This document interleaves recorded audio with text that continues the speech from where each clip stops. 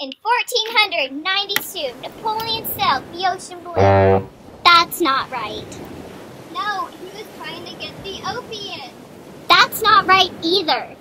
You guys, I think it's time that we take a trip to the French Revolution exhibit at the museum. Probably. Welcome to the French Revolution Museum. Let's take a look inside. Actually, Napoleon wasn't a key person in the French Revolution until 1793, when he had his first success at the Siege of Toulon. The French Revolution was originally a rebellion of the French people against their oppressive and indebted King Louis and Queen Marie Antoinette. Among the new additions to our French Revolution exhibit is this painting of Queen Marie Antoinette, with one of her extravagant hairstyles, which were only a part of the long list of luxurious and necessary expenses that Marie Antoinette filled her time taxing the third estate for.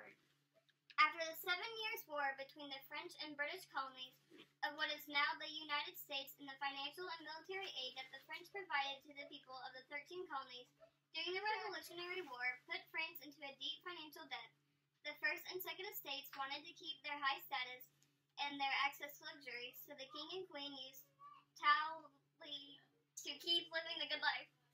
A tithe was a tax that the French monarchs put into place periodically to gain revenue with which to pay war debts. However, the clergy were exempt from fighting, and so they were exempt from the tax, and the nobles fought the wars as leaders, so they were exempt from the tax as well. Although the peasantry was already having trouble paying the high taxes, especially when they could see that it only went to finance the self-indulgence of their Austrian queen, matters only got worse when the debt of the country drove up the grain prices. As the cost of grain increased, there was less flour for a people whose diet includes a lot of bread. Because of this, the Third Estate had less food, and their anger toward the ridiculous spending of their monarchs continued to boil towards the surface, which is why Marie Antoinette said, "Let them eat cake." That's not true either. Marie Antoinette never really said that, though she did continue to treat herself to cake. Moving on. Another new addition to our exhibit is a replica of the guillotine. Originally, the guillotine was used to execute members of the upper classes who were given the punishment of death while peasants were hanged. But once Jean-Paul Marat began to call for blood of the French leaders in the newspaper, Front of the People, the National Assembly and the sans-culottes began to call for equal rights, and beheading became a punishment that transcended social status. The National Assembly was made up of members of the Third Estate who wanted freedom from their monarchs and who gave more importance to a sense of the Frenchman's nationalism. The Third Estate's leaders were representatives in the Estates General, which was called to discuss the excessive spending of the monarchs, but once they realized that they still had no power to change anything, ideas of rebellion spread. Many people in the lower classes began to read the writings of Jean-Paul Marat, which called for more and more death and blood to solve the issues of the Third Estate.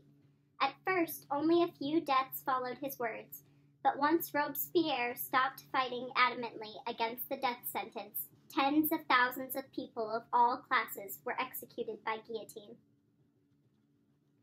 The deaths just kept coming even after Charlotte Corday killed Jean-Paul Marat in hopes of silencing his call for blood, because this made his word a legacy to continue. People receiving this death sentence were paraded around in open carts with their hair cut short and humiliated before meeting their quick and bloody death. In fact, on January 20th, 1793, the declaration for the death of the king was made. Once the king was beheaded, the queen was soon to follow, and even Robespierre, who was once their leader, was beheaded by the rebels of the Third Estate. Once Robespierre was gone, the French people had no leader. They had beheaded their king and their rebel leader, but they were still being oppressed by the upper classes, and they still had to pay high prices for the flour that they used to make their bread. There was also a threat of war from Austria, since the French had destroyed the alliance formed when Marie Antoinette married Louis Capet, and the two countries entered a short-lived time of peace.